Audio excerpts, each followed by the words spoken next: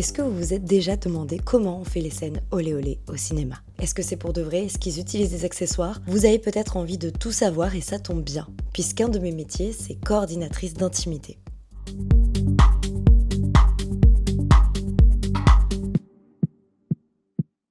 Hello les petits culs! J'espère que vous allez bien pour cette vidéo qui change un peu des dernières. Je tiens à préciser qu'il fait 48 000 degrés et que pour des raisons de survie, j'ai dû ouvrir la fenêtre, donc désolé s'il y a des bruits parasites. Je précise également que j'ai pas trop préparé cette vidéo. Il y a quelques semaines, j'ai publié une story sur mon Instagram pour essayer de regrouper toutes les questions que vous aviez sur mon métier de coordinatrice d'intimité. Et merci parce que vous avez été hyper nombreuses à y répondre, à me donner plein de questions hyper chouettes. Donc je suis hyper contente et j'ai décidé de pas trop préparer cette vidéo, de répondre un peu de manière spontanée, parce que je voulais aussi faire des formats longs pour qu'on puisse avoir des discussions comme on va avoir aujourd'hui. Si jamais j'ai pas répondu à toutes les questions que vous posiez sur le sujet, n'hésitez pas à les poster en commentaire, ça sera toujours l'occasion de faire une suite. L'intimité au cinéma, on en parle beaucoup ces dernières années. Que ce soit Louane qui raconte qu'elle ne souhaite plus faire de scène d'intimité parce qu'elle n'a pas du tout aimé la manière dont s'était passée sa scène, ou encore le casting des Chroniques de Bridgerton qui raconte sa super expérience pour les scènes d'intimité grâce à leur coordinatrice d'intimité. Et peut-être que vous avez déjà entendu ce nom de métier, notamment dernièrement sur les réseaux sociaux. Et c'est normal parce que depuis quelques années, il y a un petit coup de projecteur sur ce métier et c'est tant mieux. Me concernant, vous me connaissez peut-être via les réseaux sociaux, notamment mon compte Instagram Le Cul Nu, où je m'amuse à parler de culture du HUC puisque c'est ma passion depuis toujours et j'ai la chance de le faire sur des médias comme France Télévisions ou Canal+ Love. Mais en réalité, je ne fais pas que ça. J'ai plein d'autres petits métiers qui gravitent autour. Il y a quelques années, je me suis amusée à écrire des scènes érotiques. Déjà parce qu'on sentait que c'était souvent écrit par des hommes, donc je ne m'y reconnaissais absolument pas. Et aussi parce que j'ai toujours aimé écrire l'intime. Et il y a à peu près 3 ans, j'ai eu la chance de rencontrer Monia, qui est une coordinatrice d'intimité, qui m'a parlé donc de son métier. Et en fait, ça a résonné en moi. Je me suis dit que j'avais absolument envie de faire ce métier. Oh là là, je brille, je préviens, je vais être luisante comme une tranche de salami tout au long de cette vidéo. Avant de partir sur le parcours personnel, on va redéfinir le métier de coordinatrice d'intimité puisque c'est une de vos questions. Qu'est-ce qu'une coordinatrice d'intimité? Si on part sur la définition la plus simple, la coordinatrice d'intimité, c'est celle qui va venir chorégraphier les scènes olé olé que vous voyez dans les films. Si maintenant on se base sur une définition un petit peu plus complète, on peut dire que c'est la personne en charge des chorégraphies de toutes les scènes pouvant mettre les acteurs et actrices en position de vulnérabilité. C'est un métier que l'on retrouve dans le cinéma, mais pas que. On peut retrouver aussi au théâtre, sur des réalisations de clips musicaux, mais aussi parfois dans le cadre de performances artistiques ou encore dans l'industrie explicite. La coordinatrice, elle est là pour faire le lien entre la vision créative du réalisateur ou du réalisatrice, c'est-à-dire comment est-ce qu'il ou elle imaginait cette scène, et les capacités des acteurs et actrices, c'est-à-dire venir creuser le terrain sur lequel on peut jouer, jusqu'où on peut aller dans le jeu avec eux.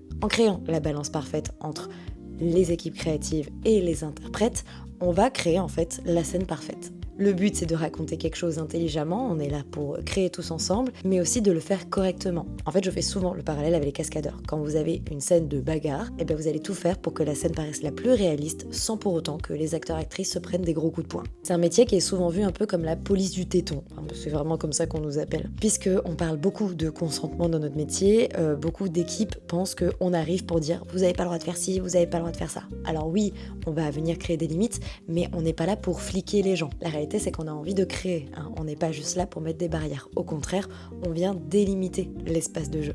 Avant, on va revenir sur l'histoire de la coordination d'intimité. Le métier de coordinatrice d'intimité, il est assez récent. On a vu un peu un prémisse de la coordination d'intimité fin des années 90, début des années 2000, mais d'abord dans l'industrie explicite. Pourquoi? Parce que dans l'industrie explicite, il y avait énormément d'actrices qui étaient souvent malmenées. Du coup, on a commencé à avoir des accompagnatrices de confiance, des tierces de confiance, etc. C'était des femmes qui s'assuraient que les actrices et les acteurs soient bien traités sur le tournage. Comme c'était des femmes qui venaient souvent elles-mêmes de cette industrie, on les a vues aussi intervenir parfois dans la mise en scène. Ça leur permettait aussi de prendre soin des acteurs et des actrices. Mais c'était pas vraiment un métier officiel, on les voyait plus comme des assistantes. L'explosion du métier de coordinatrice d'intimité, ça va être pendant l'affaire Weinstein. Une affaire évidemment où on parle énormément des violences sexistes et sexuelles que subissent les acteurs et actrices sur les tournages, avec une très large majorité d'actrices, notamment dans le cas de Weinstein, c'était que des actrices, et ça va venir questionner sur les modes de production. Le cinéma a très longtemps entretenu toutes les problématiques liées à la surexploitation de la nudité des acteurs et actrices. Le cinéma, c'est une industrie qui fait rêver beaucoup de monde, et ça, beaucoup de réalisateurs en ont conscience. Donc ils ont joué énormément avec leur dynamique de pouvoir, c'est-à-dire avoir conscience que l'on a l'ascendance sur quelqu'un. Avec Weinstein, beaucoup d'actrices vont dénoncer ça. Et à l'inverse, on se retrouve avec des productions qui vont vouloir se démarquer de ces dynamiques-là. Et ça va passer par un meilleur encadrement de ces scènes-là, et c'est là que l'on va voir les premières coordinatrices d'intimité qui vont proposer leur aide pour venir chorégraphier les scènes de sexe en s'assurant que tout le monde soit safe. Pardon, petite pause. Je me permets de rappeler qu'à tout moment, vous pouvez vous abonner pour ne rien rater parce qu'il y a plein de belles surprises qui arrivent dans les prochaines semaines sur cette chaîne. Si vous voulez être un petit cul pro max, genre vraiment un vrai petit cul, vous pouvez poser votre like ou un commentaire ou mettre carrément des points boost si vous êtes sur YouTube. Ça coûte pas grand chose et je vous jure que ça fait une de ouf parce que vous l'avez remarqué, on n'a toujours pas de sponsor. Donc merci d'être là, d'écouter et on y retourne.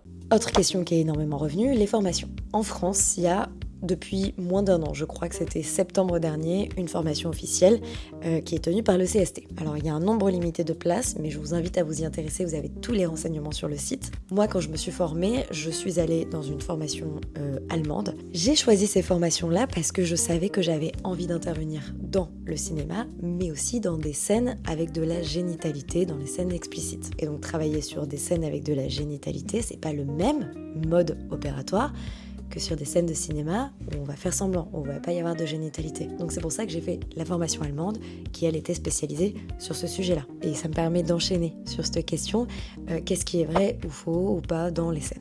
Dans les scènes olé olé au cinéma, tout est faux, puisqu'il n'est pas censé y avoir de génitalité. Donc c'est-à-dire qu'il n'est pas censé y avoir de contact au niveau de l'entrejambe. S'il y en a un qui est simulé, la production est censée mettre à disposition des accessoires permettant d'entretenir cette distance. Pour ça, on va avoir des tonnes d'accessoires qui vont permettre de simuler ces scènes, mais aussi des accessoires qui vont permettre d'aider à la nudité, donc de cacher certaines zones, comme par exemple les strings adhésifs, les prothèses au niveau des entrejambes. Il me semble que c'est la série The White Lotus où toutes les zigs que vous voyez dans chaque saison, il y a une zig apparente et à chaque fois, c'est des prothèses quoi. De mettre des protections aussi pour protéger les genoux, pour protéger les coudes, ne pas faire des brûlures avec les draps, etc. Tous ces accessoires-là, ils visent à améliorer le confort, à pouvoir aider les interprètes à être focus sur leur jeu. Et surtout, à ne jamais se sentir vulnérable. J'ai aussi une question qui est venue par message où un petit cul m'a demandé comment est-ce que les acteurs font pour éviter qu'on sente qu'ils soient excités. Pour ça, il y a plusieurs techniques, mais ce qui est sûr, c'est que très souvent, on fournit aux hommes des coques, ce qui fait qu'on ne sent pas l'activité qu'il y a en dessous. On peut proposer aussi de l'adhésif de peau et dans tous les cas, lorsqu'il y a par exemple des simulations de missionnaires, on va avoir des planches, des pavés mous, qu'on retrouve dans le yoga souvent, à mettre entre les acteurs. Ce qui fait qu'ils vont pas venir sentir le corps de l'autre. Et donc ça va éviter toute forme de gêne. Le but, ça va être de désexualiser la pratique. C'est-à-dire d'enlever tout ce qui peut être libidineux. Les termes que l'on va utiliser ne vont pas être sexualisants. La manière dont on va mettre en scène la scène ne va pas être sexualisante et intimidante. On va venir justement dénaturer tout ça pour assurer le confort à l'aide d'accessoires, de vocabulaire et de manières de faire. Une autre question, est-ce que ça paye bien comme métier ? Non. En France, c'est encore un peu difficile de faire intervenir des coordinatrices d'intimité parce que beaucoup de pros estiment que ce n'est pas nécessaire. Je rappelle que ce n'est pas obligatoire. Le seul cas où c'est obligatoire, c'est si un ou une actrice ou un acteur demande à ce qu'il y ait une coordinatrice d'intimité. Dans ce cas-là, la production doit en fournir une, mais sinon, ce n'est pas du tout obligatoire. Très souvent, les productions vont vous payer au nombre d'interventions sur le tournage, mais ça demande énormément de préparation en amont. La plupart des coordinatrices d'intimité que je connais qui vivent de ce métier ne roulent pas sur l'or. Moi, j'ai plus de travail à l'étranger qu'en France. Et si je devais vivre aujourd'hui que de la coordination d'intimité, je suis pas certaine que je pourrais payer mon loyer. Donc voilà, pour toutes les personnes qui me disent qu'elles ont envie d'en faire leur métier, allez-y et formez-vous, éclatez-vous. Par contre, attention, c'est très difficile d'en vivre encore aujourd'hui en France. Est-ce que tu n'as pas peur que ça casse la spontanéité de la scène? Il n'y a que quand on parle d'intimité qu'on parle plus de comédie, de jeu, d'acting. Quand on fait tout un film, les acteurs jouent leur scène. Pourquoi est-ce que lorsqu'il s'agit d'intimité, on ne veut plus qu'ils jouent, on veut qu'ils soient eux-mêmes?